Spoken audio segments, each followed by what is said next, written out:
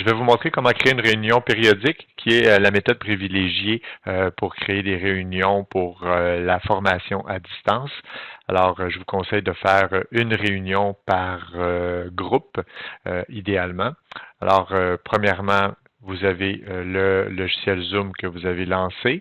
On ne parle pas de l'interface en ligne, quoique vous pouvez le faire en ligne aussi si vous désirez, mais moi, je vais travailler à partir du logiciel, vous assurer d'avoir la bonne mise à jour, évidemment.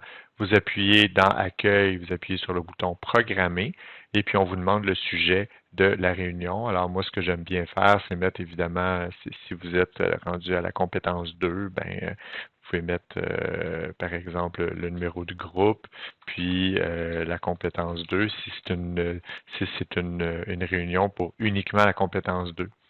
Alors moi, pour les bienfaits de la démonstration, je vais prendre une formation qui existe déjà, donc formation module de base pour enseignants de l'AFP. Alors, je vais mettre ça ici. Je vais mettre le début de la... Je ne mettrai pas le début de la réunion, je vais la mettre périodique, de telle sorte qu'elle va rester pendant un certain temps. Le ID réunion va être créé automatiquement, puis je vais rentrer le mot de passe qui doit être de 8 caractères. Alors, le système vous propose un mot de passe constitué de chiffres, mais vous pouvez mettre n'importe quel mot de telle sorte qu'il soit plus facile à mémoriser. Vous pouvez aussi déterminer ensuite si la vidéo de l'animateur doit être désactivée. La vidéo des participants est désactivée par défaut. Vous ne pouvez pas changer ce paramètre-là. Évidemment, c'est lorsqu'ils entrent la salle.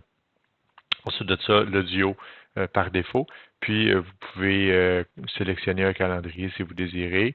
Et vous pouvez aussi modifier certains paramètres. Si vous avez un co-animateur, un autre enseignant qui peut animer la réunion avec vous, vous pouvez rentrer son courriel ici, de telle sorte qu'il va littéralement contourner la salle d'attente puis pouvoir se connecter directement.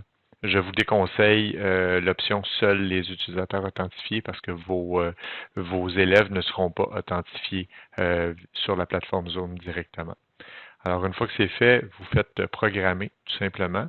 Et puis, vous allez avoir un courriel de base. Outlook va partir parce que je l'ai sélectionné initialement. Ce qui est important de retenir, ce sont les éléments que je souligne.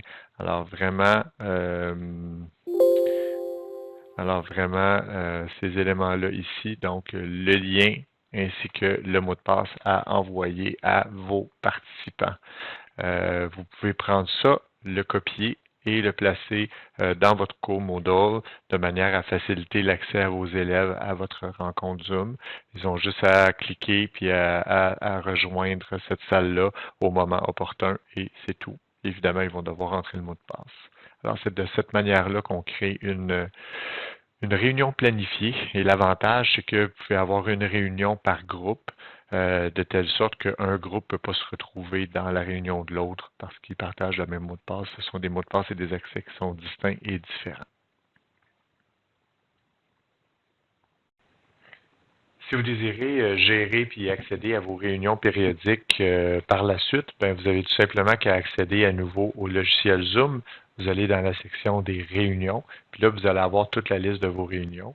Et si vous voulez avoir les accès, par exemple, pour cette formation-là, vous avez qu'à copier l'invitation et puis vous la collez ailleurs. Vous allez chercher évidemment le mot de passe et puis l'URL qui est nécessaire pour faire les invitations dans Moodle ou par courrier électronique.